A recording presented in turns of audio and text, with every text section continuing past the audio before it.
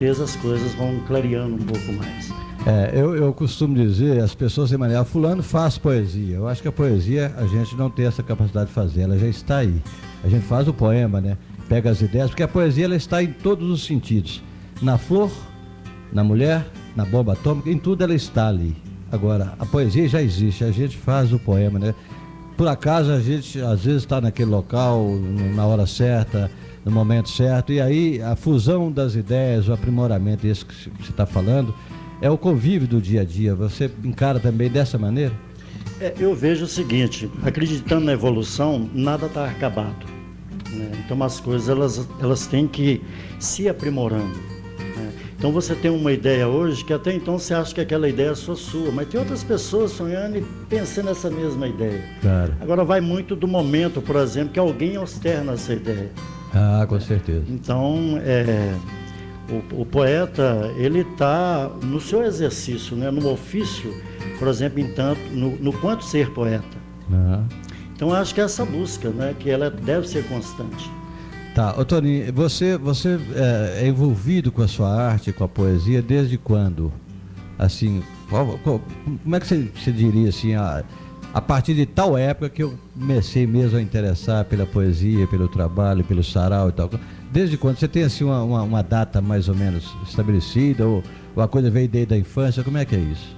Bom, eu nasci em Itabira e por circunstâncias, às vezes familiar, eu rodei um bocado. Vim para Itabira, até então quando eu cheguei aqui eu estava com meus 13 anos de idade.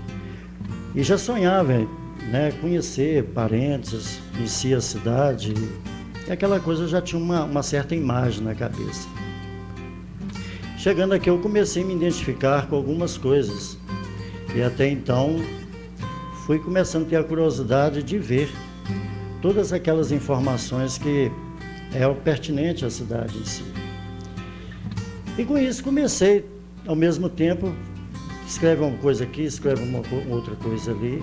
E eu nunca tive vergonha também, assim, de alternar. E na época também havia pouco conhecimento na questão mesmo, porque são uma questão, por exemplo, que acontece, não foi só comigo, acontece com uma gama de brasileiros, por uma questão às vezes social. Minha primeira aparição em escola foi com meus 15 para 16 anos, que fui alfabetizando por si próprio, né? Nessa questão mesmo da necessidade e aí em diante. Então, com isso eu fui me deparando com uma coisa e outra, inconscientemente, pelas que as pessoas iam falando, eu estava fazendo poesia, né? Mas assim, numa questão muito natural. Mas aí vem as questões também que a minha política sempre foi cultural e social. E o meu veículo, para até então estar defendendo essas duas coisas, é a poesia, né? A contextualização do texto, às vezes de poemas meus, de outros poetas. E aí foi chegando uma condição que eu fui vendo que só escrever é interessante, mas não é ainda um tudo. Foi aonde que eu comecei a pensar, através da declamação, externar isso mais. Facilitar o leitor uma outra condição de leitura, né? Uma nova linguagem para que as pessoas pudessem um pouco compreender melhor aquilo realmente que eu estava fazendo. E isso aí já tem bastante anos, né, que eu venho aí nesse ofício, nessa vontade realmente de estar sempre fazendo, um dia mais, um dia menos, mas assim, igual você mesmo colocou, o desânimo não faz parte do meu dia a dia. Não pode fazer. A criança, como é que você percebe esse olhar da criança para com o poeta, Toninho? Como é que você vê isso? Como é que você percebe isso no dia a dia, nos seus saraus, nos seus recitais? Como é que é isso aí? Essa interação entre a criança e o poeta, como é que você percebe nos locais onde você tem feito os seus saraus? A criança, eu vejo o seguinte, é uma das questões mais sinceras que a gente tem, para até então estar trazendo como parâmetro parte da criança.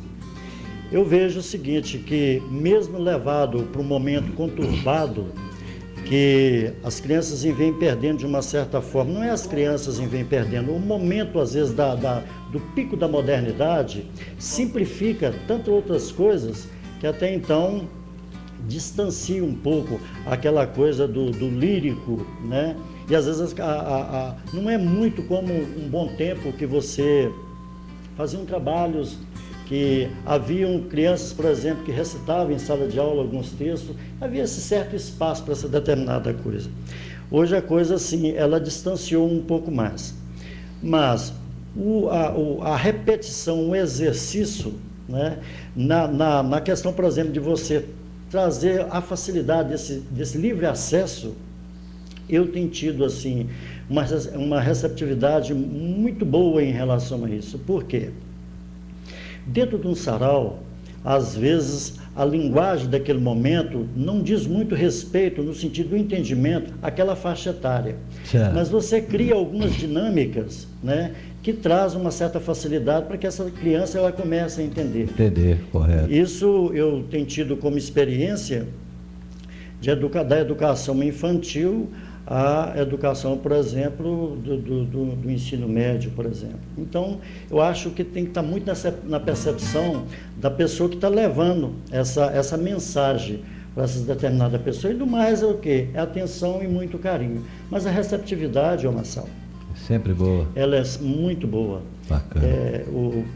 Eu já montei vários assim, espetáculos, por exemplo, que eu costumo dizer, e um dos que eu estou durando um pouco mais com ele é o Poetizando por Aí, porque é o verbo em movimento. Eu estou aqui e as coisas estão andando. E dentro do que é o Poetizando por Aí, ele vai criando braços. Uma hora ele está na escola, outra hora ele está num centro cultural, outra hora num que seja um teatro, por exemplo, outra hora ele está numa praça, num bar. Bacana. Né?